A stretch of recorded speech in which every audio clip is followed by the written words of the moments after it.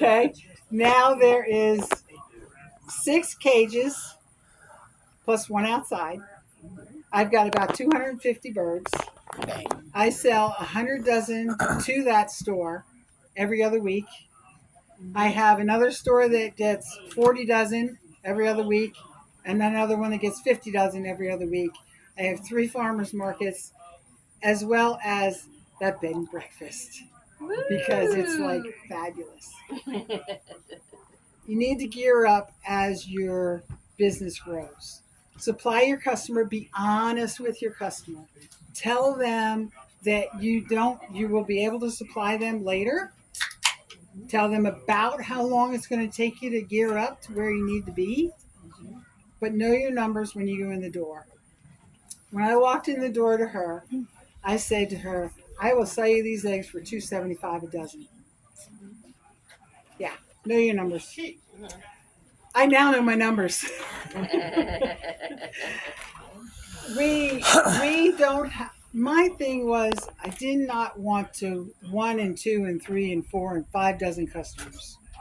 I wanted a one-stop place to dump off so many eggs. I wanted to have a good customer relationship with that person, and I wanted to make sure that they were taken care of as my customer. They knew my face. I'm the one that delivers.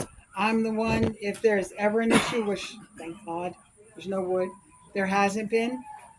There has been one time that during the holiday season, that one grocery store from one drop off to the next did not sell 12 dozen eggs.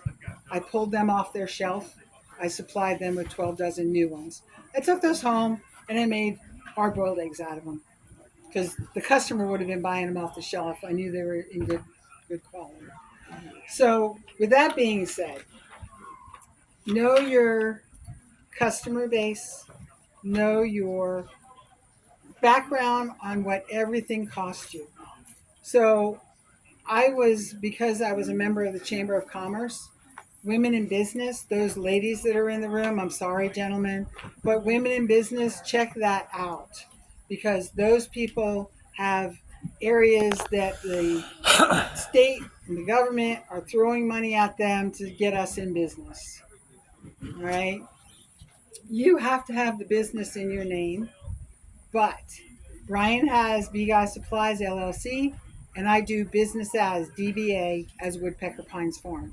So we're covered under the LLC.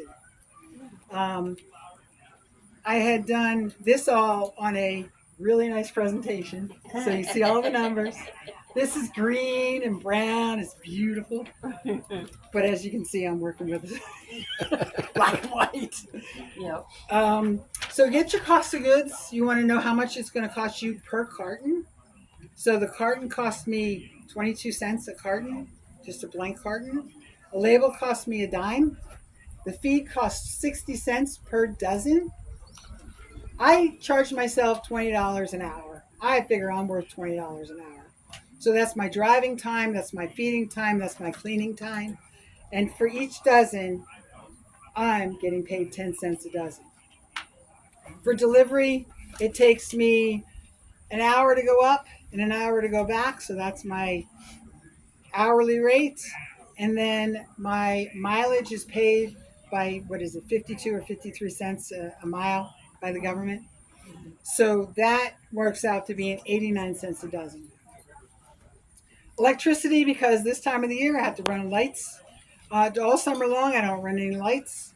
But once it gets to being where that 14 to 16 hour light is not happening, that costs me a penny a dozen.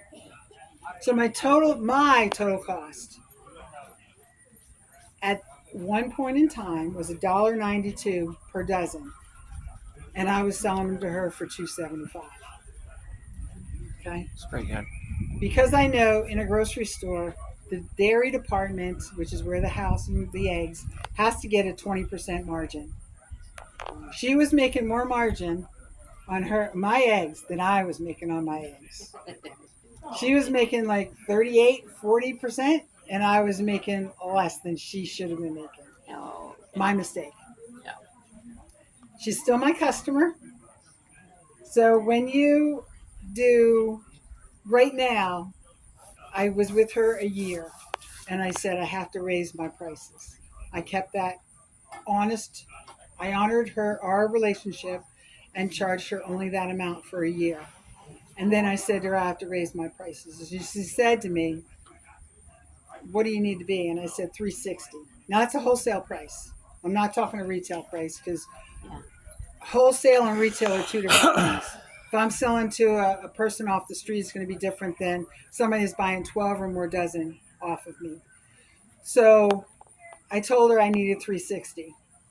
And she said, oh, she brought her receipt of those California eggs out to me and says, I am paying $2.89 a dozen for those eggs. And I looked at her and I said, I can't do that. She said, can you do 320? And I said, give me a day and I'll let you know. I worked my numbers again. And I called her and I said, I can do 320. So 320 a dozen minus the $1.92, which is my cost of goods, divided by the 320, which is how you find out your profit margin. I'm making 40% now from those eggs. Okay. When I went to the next store, they're getting 320. And then the little guy, he's paying 360. So 12 dozen or more goes to 320. 12 dozen or left goes to 360. And you have to buy less. Like I got one guy that buys 15 dozen. I still charge him the 360. But he's getting $6 a dozen out of my eggs. It's a very glitchy area where he's at, in the market where he has the highest clientele and people that have dual incomes, no children, and lots of money. So you have to take all of that into account when you're dealing with that.